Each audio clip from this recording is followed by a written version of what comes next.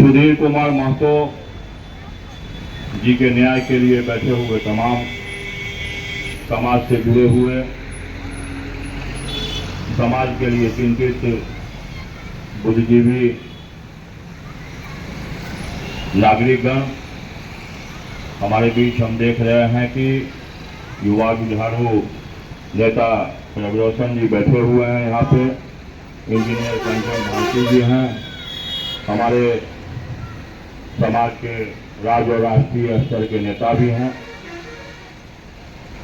ज्यादा समय आपका हम नहीं लेंगे, सीधी बात करेंगे कि हमारा जो देश है वो देश विधायिका, न्यायपालिका और कार्यपालिका, ये तीन स्तंभ को लेकर के चलता है। और इस स्तंभ में सबसे एक नंबर में विधायिका होता है, जिसको कि जनता बनाती है। हमारे लोकतंत्र की ये खूबी है कि न्याय के लिए सबसे पहला सत्ता के विकेंद्रीकरण की बात महात्मा गांधी ने किया था आजादी के बाद से, यानी कि सत्ता की जो सबसे निचली इकाई है वो इकाई हम हैं। और उनकी बात को आज नहीं सुना जा रहा है। आज जो परिस्थितियां उत्पन्न हो गई, यहाँ पे धरना की स्थिति बन गई। ये स्थिति क्यों बनी? ये स्थिति इसलिए बनी कि स्वर्गीय सुधीर कुमार महतो जी की हत्या कर दी जाती है। स्वर्गीय सुधीर कुमार महतो जी की पत्नी जूली कुमारी प्रशासन से लेकर के, न्यायपालिका से लेकर के और विधायिका तक का दरवाजा खटखटाती है, लेकिन उसको न्याय नहीं मिलता है।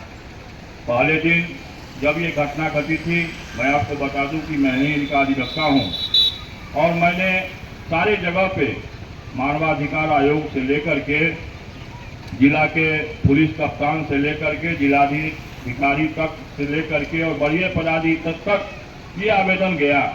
आप सारे लोग अगर वो फोटो को देखेंगे, जो फोटो उपलब्ध है, उस फोटो से स्पष्ट होता है कि सुधीर कुमार महतो की साजिश की तहत दबंग गुंडों और प्रशासनिक कार्यकर्ताओं के द्वारा हत्या की गई है। ये उस फोटो से स्पष्ट है। और उस फोटो को देखने के बाद, सारे समस्याओं को समझने के बाद भी ये निकम्मी सरकार और प्रशासन के कार्यालय में उनके टेबुल पर, उनके कानों में जू नहीं रेंग रही है, तो इसके लिए हमको सड़क पर उतरना पड़ेगा। बहुत बड़े विद्वान ने कहा था कि जब सत्ता और व्यवस्था तुम्हारे खिलाफ हो जाए तो अपनी ताकत को मजबूत करो। आज वो समय आ गया है, आप सारे लोग एकजुट होकर के, क्योंकि आपके साथ जो लड़ाई लड़ने वाले अगुआ दस्ता के लोग हैं वो कोई मामूली हस्ती नहीं है। क्षेत्र पंचायत के जिला परिषद रविरोशन जी हैं, युवावस्था में काफी दिग्गजों को हरा करके सबसे कम उम्र में जिला परिषद बने हैं। तो ऐसे लोगों की छवि है। इंजीनियर कंचन जी हैं, ये विधानसभा का चुनाव लड़ चुकी है वारिसनगर से। तो ऐसे ऐसे लोग यहाँ पे उपस्थित हैं। मैं भाषण सुन रहा था, कर का भी बहुत ही जुझारू लोग हैं।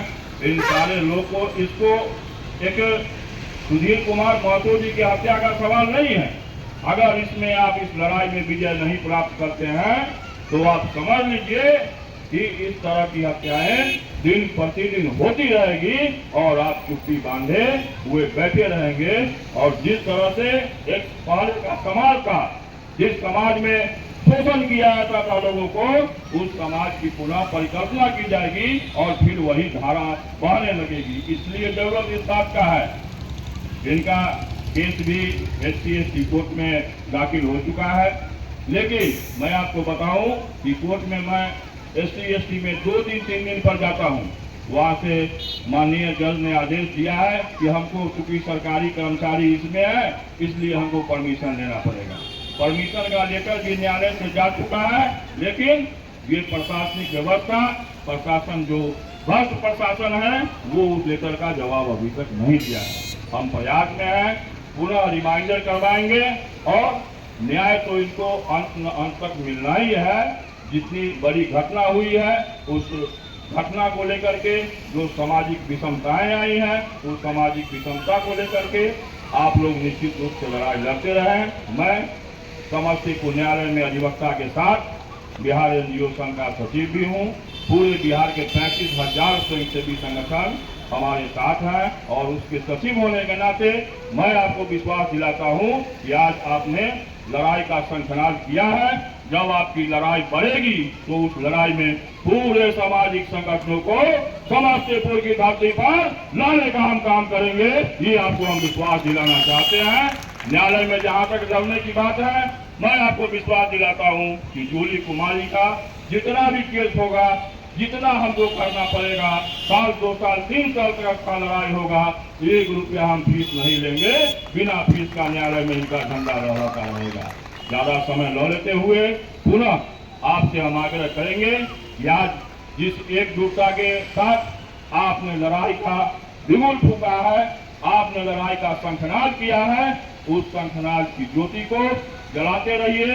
ये मसाल है, इस मसाल को अगर आप जलाते रहिएगा तो दलित और शोषित पर जो जुर्म करने वाले तबके के लोग हैं, उनके अंदर जो पुरानी विचारधाराएं हैं, उनके अंदर जो शोषण की मानसिकताएं हैं, उस मानसिकता को चोट पहुंचेगा। लोहा गर्म है, हथौड़ा आपको मारना है, आपको लड़ाई लड़ना है। आपकी लड़ाई में हम साथ हैं।